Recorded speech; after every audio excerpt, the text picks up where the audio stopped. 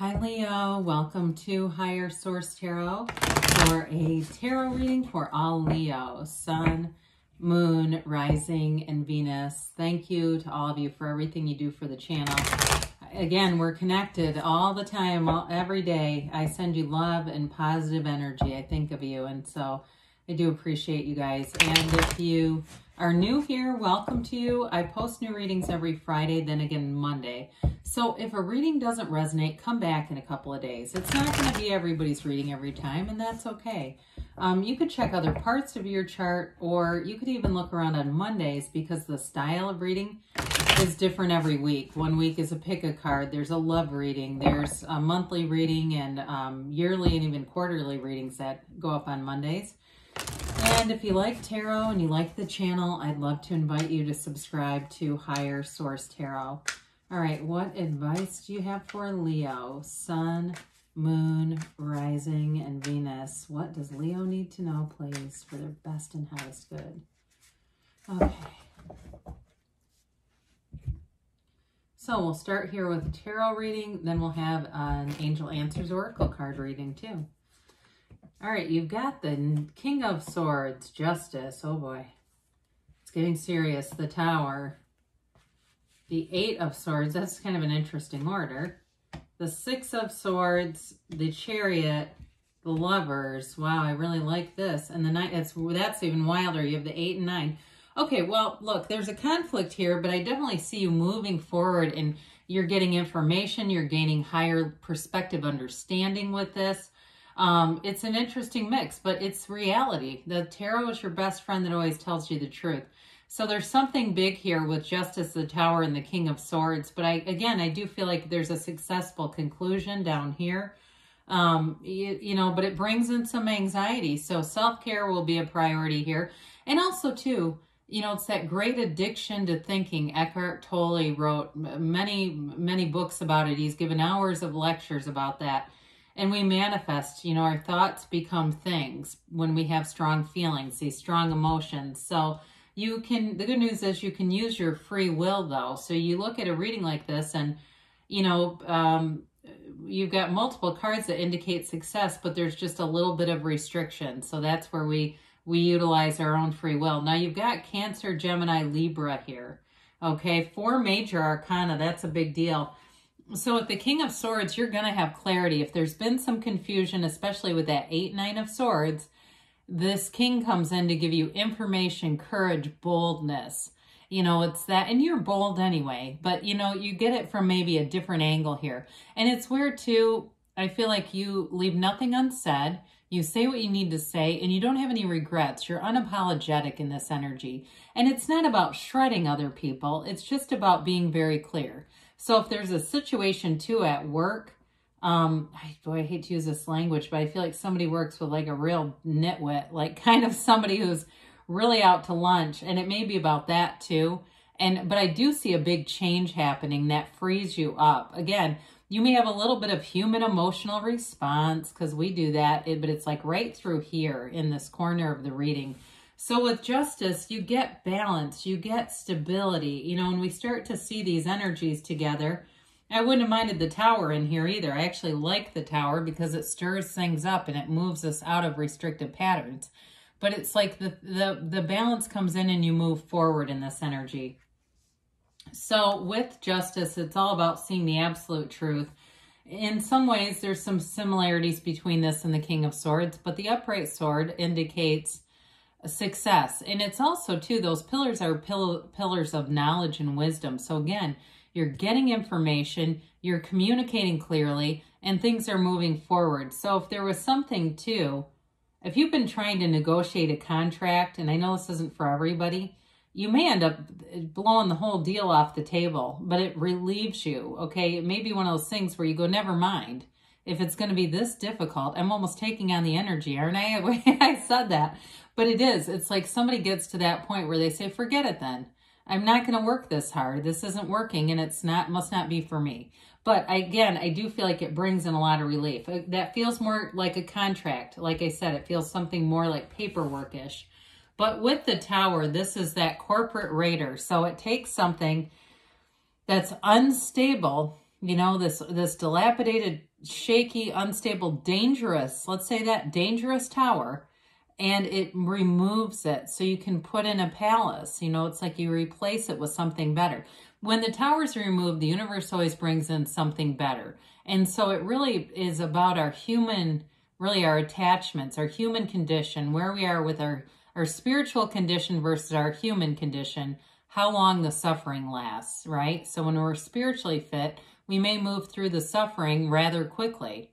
But with, you know, with this, it has to do with our ego attachments. But either way, it's a breakthrough. Ultimately, this is a card of breakthrough, and it's a card of something better coming in its place. There's an awakening here. The other piece of this is, you know, it's the end of delusions and the beginning of a new perspective. It's like you see the world through new, fresh eyes, and it gives you a new life. And some would say radical new life. It's a wonderful energy when we're in a restricted energy. I would have, in some ways, I would have liked to have seen the Eight of Swords come out first, but honestly, the position in this is somewhat irrelevant. It's not like a Celtic cross where the positions really matter. You know, there's certain identifications. But with this, it gives you that restricted energy. Eight is about movement, and it's like that bound and gagged kind of energy.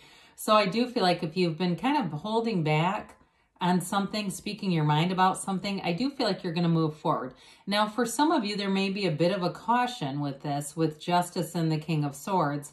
Just being careful not to be overly harsh, especially that King of Swords, because we don't want to burn bridges or say things, you know, that would be taken out of context and possibly utilized against us in some way. But either way, I do feel like if you've been holding back, restraining yourself in a negative way because there's some kind of impropriety, or again, somebody who needs some redirection, I do feel like you're coming out of this. This is one of those things too, though, where I feel like it may affect a lot of people around you.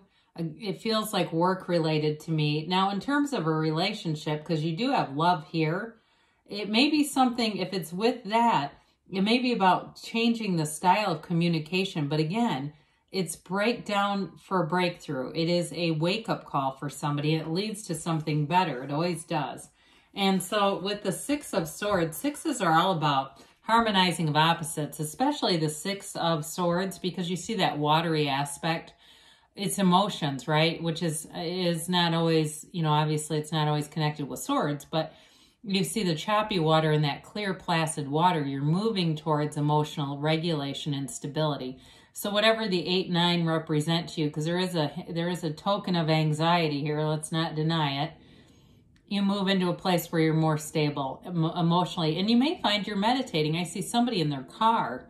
I don't know if it's your lunch hour or what, and you go outside, or you just periodically just say, when I need to get away, I go out to my car.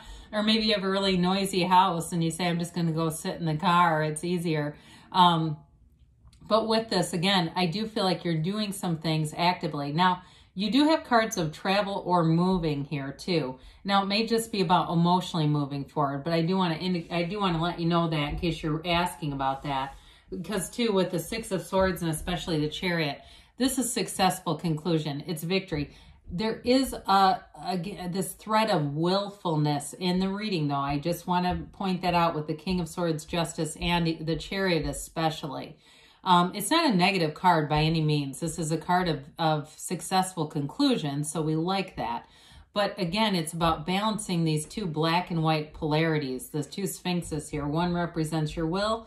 The other one represents that connection to source energy and being divinely guided, right? Your soul doesn't tell people to go to hell. That's the mind that does that one. So, you know, I look at things and it's like, how can I be a loving presence, right? How can I be a loving presence here? But also to bring in some change. How do we do that in a way that's harmonious? And that may be for you in terms of doing it in a way where you're more of a voice of reason, because you do have Libra here too, and that tends to be more of that balanced voice of reason energy. So that may be part of it too, where you get yourself into a position where you really can do that. That may also be part of this. But this is law of attraction energy. So the other part of that that's important, I feel like you're attracting situations that are going to be much more harmonious. Whatever's been restricted, you've got people around you now where you're better in sync with them so that things move forward, especially here with the Lovers. We love to see the Lovers.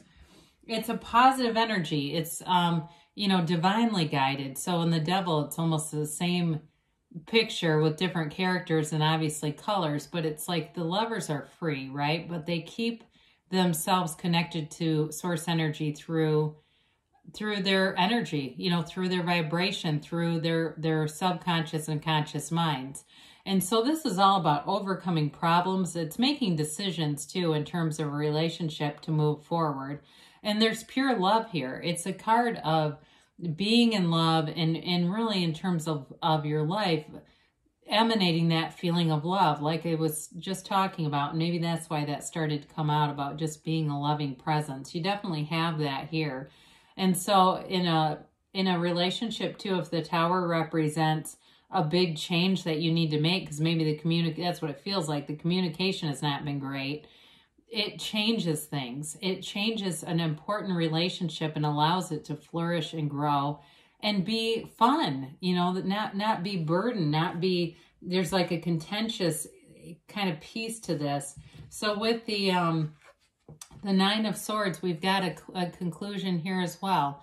So it's coming out of that dark, anxious, worrisome kind of energy. Some of you too may find you've been having trouble sleeping. I feel like somebody's eating too much right before bed. I hate to bring in medical too much to this, but it's almost like too, you're getting, your stomach's a little bloated. I don't know who that's for, but it might even be drinking carbonated stuff. I don't know. But either way, it's like, that's part of it. It's like the stress eating and the, you know, drinking stuff that isn't good for sleep is part of this. Okay. It's connected to the issue.